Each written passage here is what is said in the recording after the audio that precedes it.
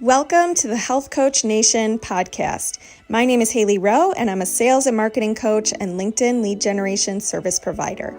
I work with health, life, and mindset coaches and online service-based business owners to help them get more sales, shift their time to the client-generating activities instead of just the busy work, and overcome that social media overwhelm. Let's get into the show. If you're ready to take on your next paying clients, I have good news. My free 4 Basics of Client Attraction and How to Stand Out class is live at haileyrowe.com/client-attraction. In the class, you're going to learn the top 2 traits I recommend for most coaches and entrepreneurs if they really want to turn this into a career. You're going to learn how you can build demand for your services and stop getting crickets on your posts.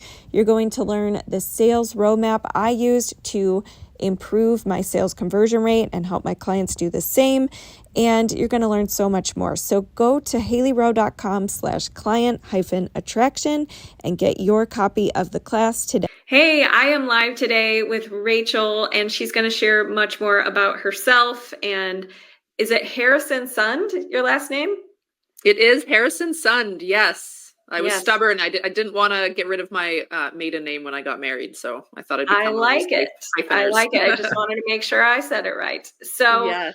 She is here with us today. She is an expert about something that may be a new term to you, low content books and low content products. So first of all, Rachel, let's just address that. What the heck is that? And how did you get into what you do today? Right. So a low content book, kind of like as the name implies, they're books that have little to no, often repeating content. So it's kind of anything that doesn't fit nicely into nonfiction or fiction. So these are books like daily planners or notebooks, journals, prompted journals. It could even be something like a coloring book, an activity book, a workbook, a logbook. So it's quite a few different types of books that all kind of fit under that umbrella. They don't, like I said, they don't kind of nicely fit into nonfiction or fiction. Amazing.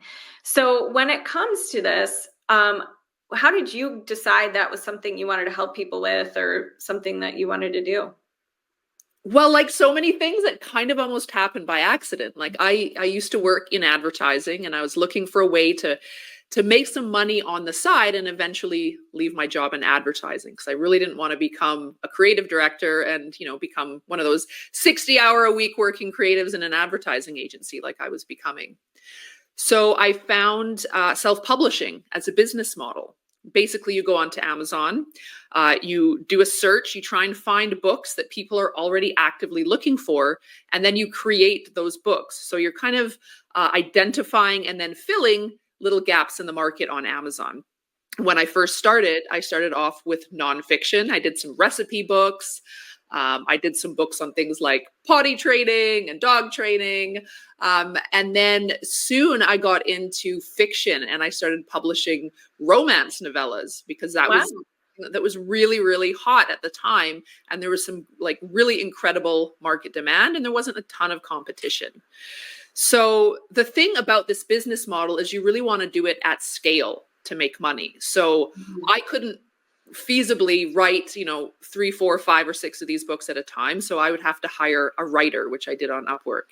I found a couple of really great writers. I would come up with the storylines and the titles. They would write the books for me. I would buy the rights to those books.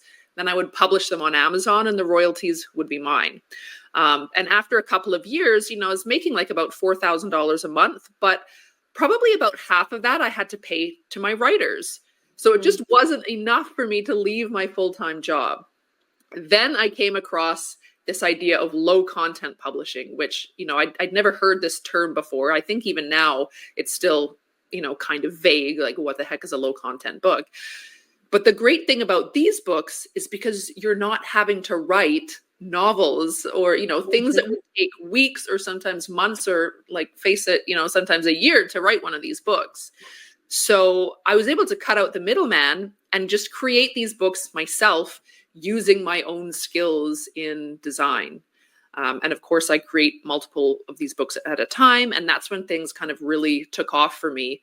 And that's when I was able to start generating multi-6 figures, and the profits were all mine. And then after a couple of years of doing this, I kind of just had enough people asking like, hey, what the heck are you doing? And like, can you show me how to do it? That's when I thought, okay, there's another idea here. And that's when I decided to create my digital course, Low Content Profits Academy, which basically teaches my entire framework on how I do this. And I've also got a YouTube channel where I share a ton of free information on how to work this framework that I've created as well. So that's kind of the whole background of how it all started and, you know, what it's led up to this point. Yeah, that's so interesting. I love it. And when it comes to deciding, you know, what kind of low content thing you want to do, a lot of the listeners here are like coaches in the health or wellness space, life coaching. Some of them are service providers, maybe more so, you know, in the B2B space or something like that. But how would somebody decide, like, I have no idea what kind of low content product I would have? How do they start to research that and decide something that's not too competitive or things like that? Well, why this can be such a great thing for people like coaches or experts or authors or business owners is that oftentimes they already have a little bit of an audience. So they've already got a group of people that they can promote these books to. So the research portion isn't quite as important as if you're doing it like I started out with no audience and no email list and like no online presence. I had to rely very heavily on research and finding the exact types of books people were searching for, because that was the only way I was going to get people to buy my books. And, you know, that's the way I teach a lot of people they're just side hustlers. They don't have audiences or businesses. So I teach that research portion very heavily to them. But if you are an expert and you already have a social media following, or maybe you have a YouTube channel, or maybe you don't have any of that, but you've got an email list of even just a few hundred people, you've got people at the ready who are interested in the things that you already talk about. So these are the people that you can promote to. So you're going to want to, instead of just picking some random topic on Amazon, you know, you might have an existing offer that you can sort of piggyback off of, or, you know, something that you're already known for. So if you're, you know, a health coach, maybe there's some sort of prompted health related journal that you can come up with. Or maybe you're a productivity coach and you can create a branded daily planner with some of the frameworks that you teach your audience. This is a great way for someone who already has one of these businesses to use ideas from your existing offers and frameworks and content that you've already created. You know, you already probably have so much of this IP laying around that you could put to good use. And the great thing is this it kind of has like a twofold benefit. One is, if you've already got an audience that you can promote these books to, that could be an additional revenue stream that you could be promoting, let's say like on a monthly basis or a quarterly basis. You know, anytime you get a nice big boost in your email list, you could put it in one of your autoresponders. So it can generate some extra side income, but it can also be a list builder, because once you've started to promote to your list, if people from your list actually buy this book, Amazon's algorithm is going to reward you and push your book in front of more people, so that people that you don't even know yet can actually find you on Amazon. And if you've got a freebie inside that book, well, now people can download that freebie, and now you're building your list at the same time as well.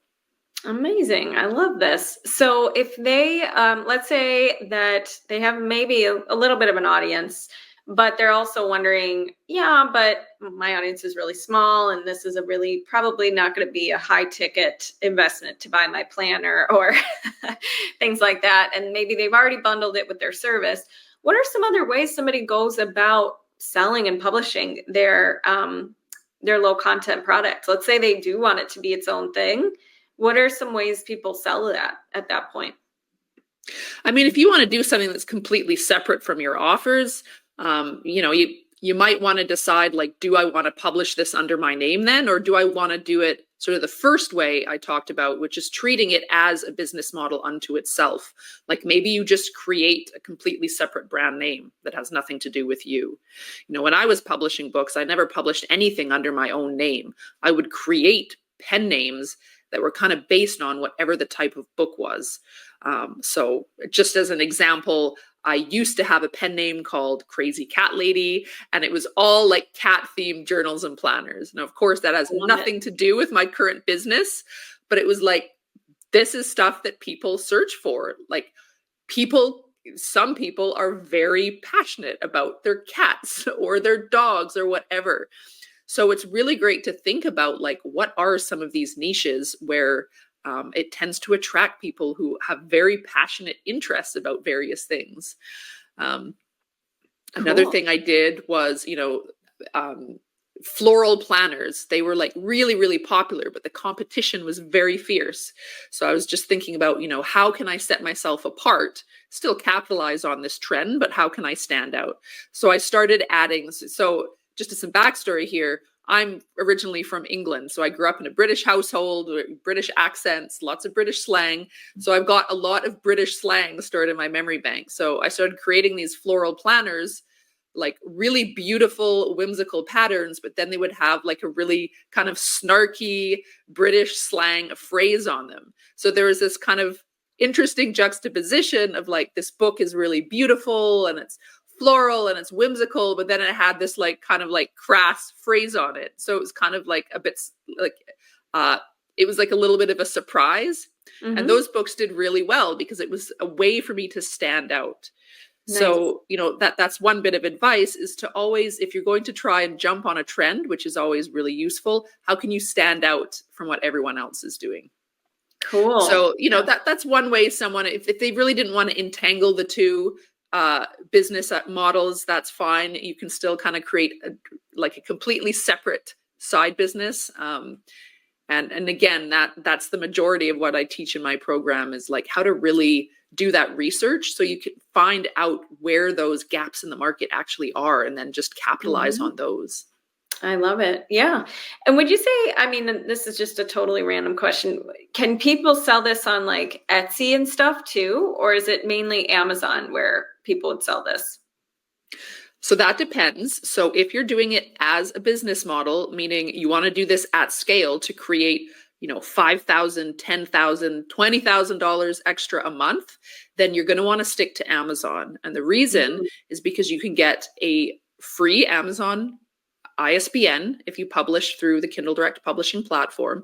Those can be very expensive to buy, individually. Even if you're buying it bulk in packs of 10, I think it's like $100 or something like that.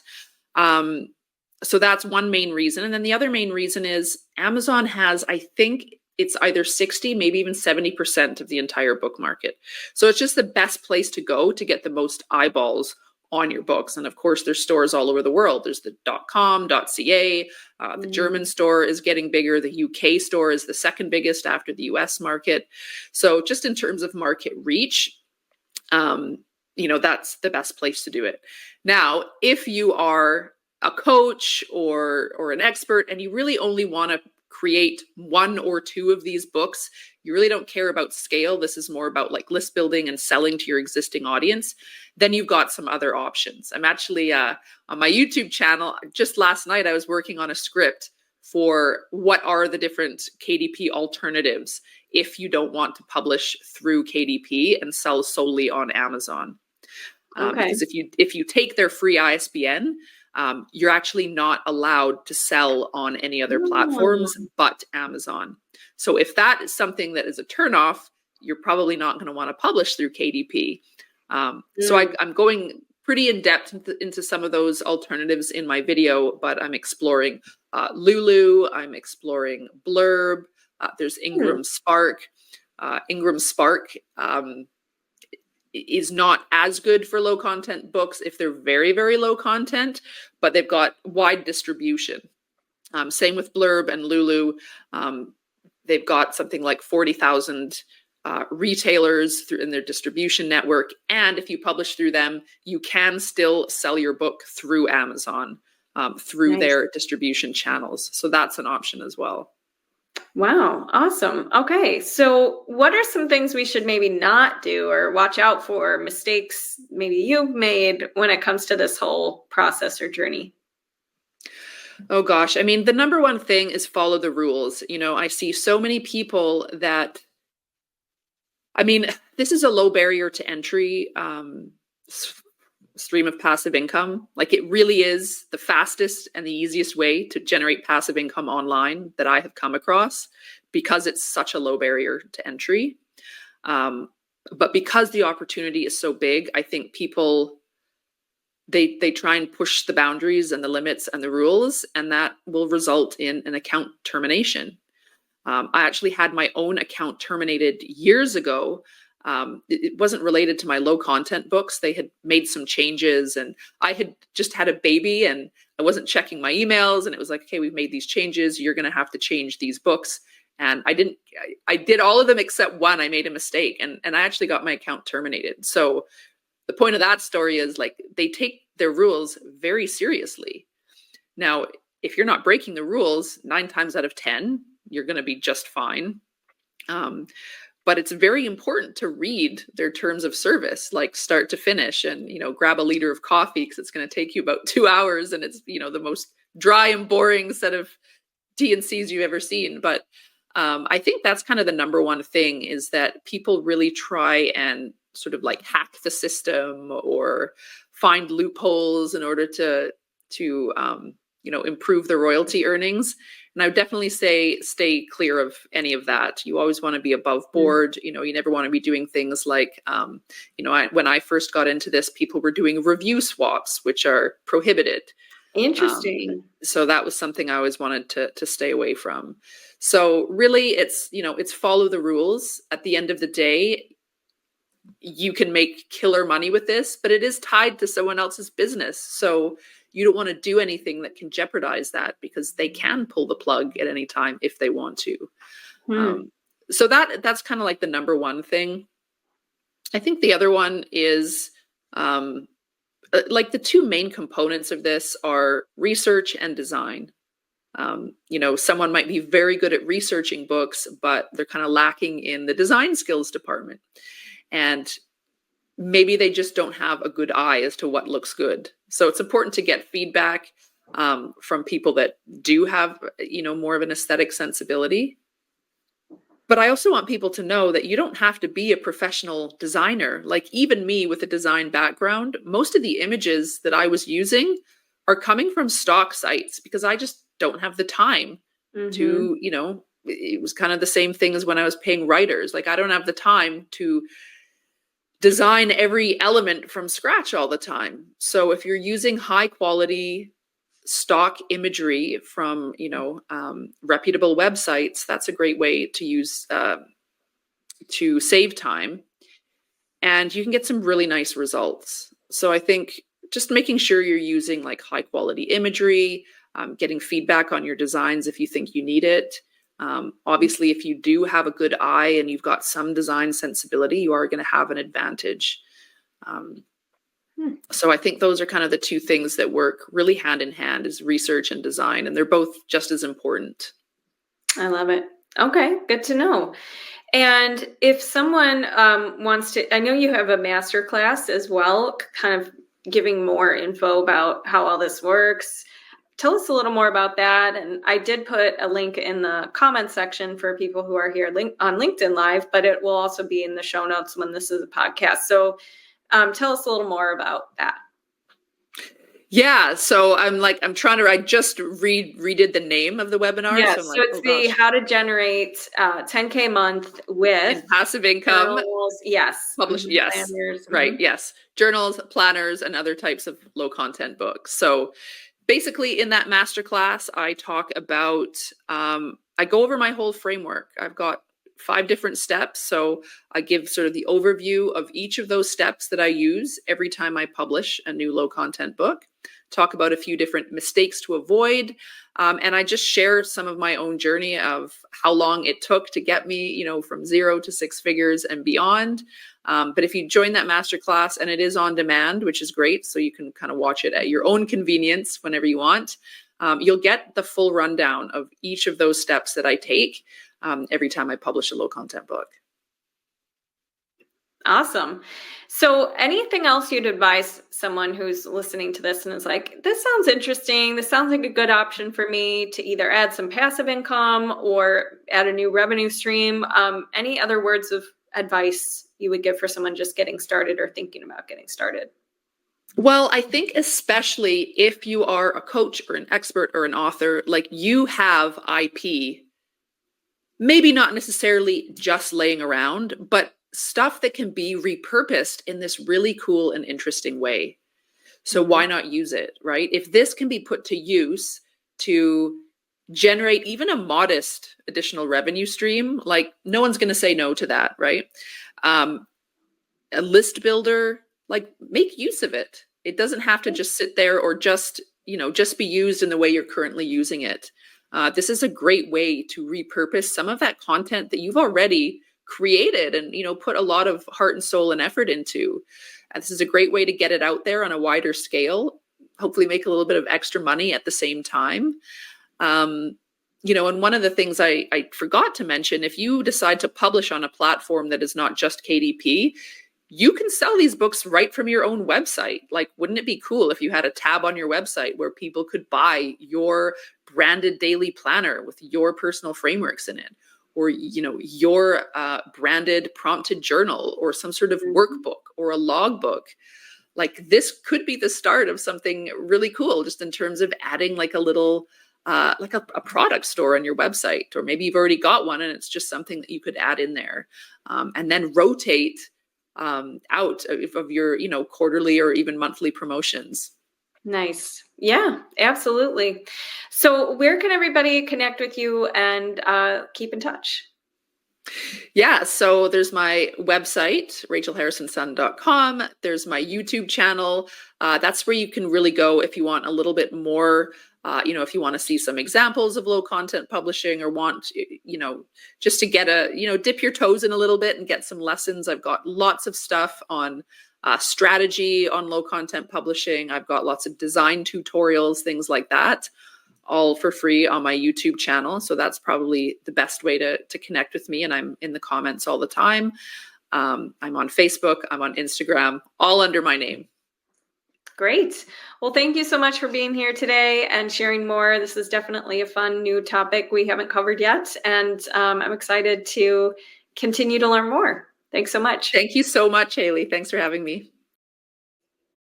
Thanks so much for listening to this podcast. And if it's really helpful for you, I'd really appreciate if you share it and or leave a written podcast review. This tells the podcast sites that our show is useful, and it will be promoted to more people that way.